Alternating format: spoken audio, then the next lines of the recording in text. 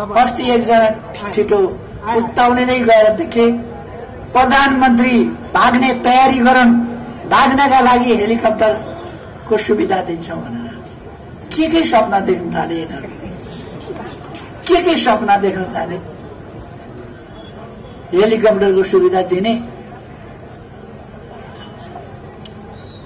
कसले बोले हो मैले त्यति याद गरिनँ, तर एउटा अलिकति उत्ताउलै मान्छेले कसैले बोलेको छ। प्रधानमन्त्री केपी शर्मा ओलीले आफूलाई भाग्नका लागि हेलिकप्टर उपलब्ध गराउने राप्रपा अध्यक्ष राजेन्द्र लिङदेनको चेतावनीलाई उत्ताउलो अभिव्यक्तिको संज्ञा दिएका छन्। पार्टी निकट राष्ट्रिय युवा संघको 10औं राष्ट्रिय महाधिवेशनको शुक्रबार पोखरामा उद्घाटन गर्दै ओलीले आफूलाई हेलिकप्टरमा भाग्न बाध्य पार्ने भन्ने कुचेष्टालाई धुलो पिठो पारिने चेतावनी दिएका हुन्।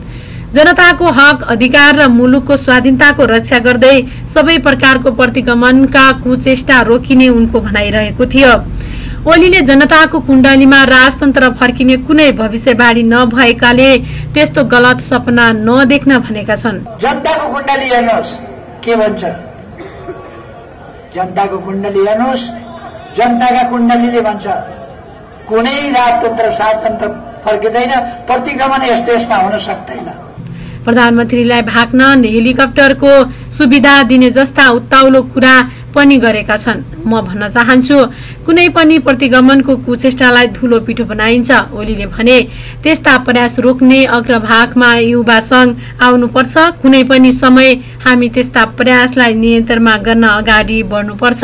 तयारी अवस्थामा रहन म सबैलाई आग्रह गर्दछु। फेरि पनि कुनै प्रकारका जनविरोधी देशद्रोही क्रियाकलापहरू को चेष्टा हुन्छ भने जनशक्तिले त्यस्ता चेष्टाहरूलाई धुलो चटाउनेछ। हामी दावाका साथ यस्ता दुष्प्रयास नगर्न हामी चेतावनी दिन चाहन्छौँ। अस्ति एकजना छिटो उत्ताउने नै गएर देखे प्रधानमन्त्री भाग्ने तयारी गरौँ, भाग्नका लागि हेलिकप्टरको सुविधा दिन्छौँ भनेर के सपना देख्न थाले यिनीहरू, के सपना देख्न थाले। हेलिकप्टरको सुविधा दिने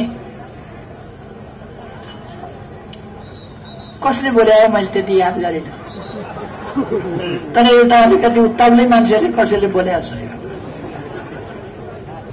राप्रपा अध्यक्ष लिङदेनले कुनै पनि हालतमा राजा फर्काउने दावी गर्दै वृद्ध भएका कारण भाग्न नसक्ने भए प्रधानमन्त्रीलाई भाग्न हेलिकप्टर उपलब्ध गराइने बताएका थिए। ओलीले एमालेमाथि देशभित्र र बाहिरका विरोधीहरू केन्द्रीकृत आक्रमणमा उत्रिएको उनको भनाइरहेको थियो। ओलीले एमाले सही नीति सुशासन र विकासका निम्ति काम गर्ने पार्टी भएको दावी गरेका छन्। एमालेको पक्षमा बोल्दा झोले भनेर हतोत्साहित गर्नेहरूको भरम र अन्यलमा नपरी आफ्नो कर्तव्य पूरा गर्न ओलीले कार्यकर्तालाई निर्देशन दिएका छन्। एमालेको नेतृत्वमाथि अनुचित र झुट्टा लालछना लगाउने काम भइरहेकाले त्यस्ता भरम तोड्न एमाले पंक्ति एकजुट हुनुपर्ने उल्लेख गरेका छन्। यो प्रयास रोक्न अग्रभागमा, प्रतिगमन रोक्न अग्रभागमा, देशको रक्षा गर्न अग्रभागमा, राष्ट्रिय हितहरूको रक्षा गर्न अग्रभागमा, नेपालको भूमिको रक्षा गर्न अग्रभागमा, नेपालका हक अधिकारको रक्षा गर्न अग्रभागमा, जनताका हक अधिकारको रक्षा गर्न अग्रभागमा, नेपालमा सुशासन र विकासको गति र लहर ल्याउनका लागि अग्रभागमा रहने पार्टी भनेको नेकपा एमाले हो। त्यसै कारण यस पार्टीमाथि सबभन्दा बढी घेरेर यसमाथि प्रहार भइरहेको छ, हमला भइरहेको छ। यसलाई हामी पराजित गर्नेछौँ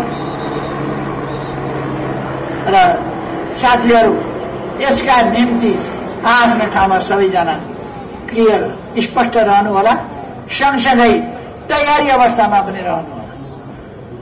कुनै पनि समय हामी त्यस्ता खालका प्रयासहरूलाई नियन्त्रण गर्नका लागि अगाडि बढ्नुपर्ने हुन सक्छ।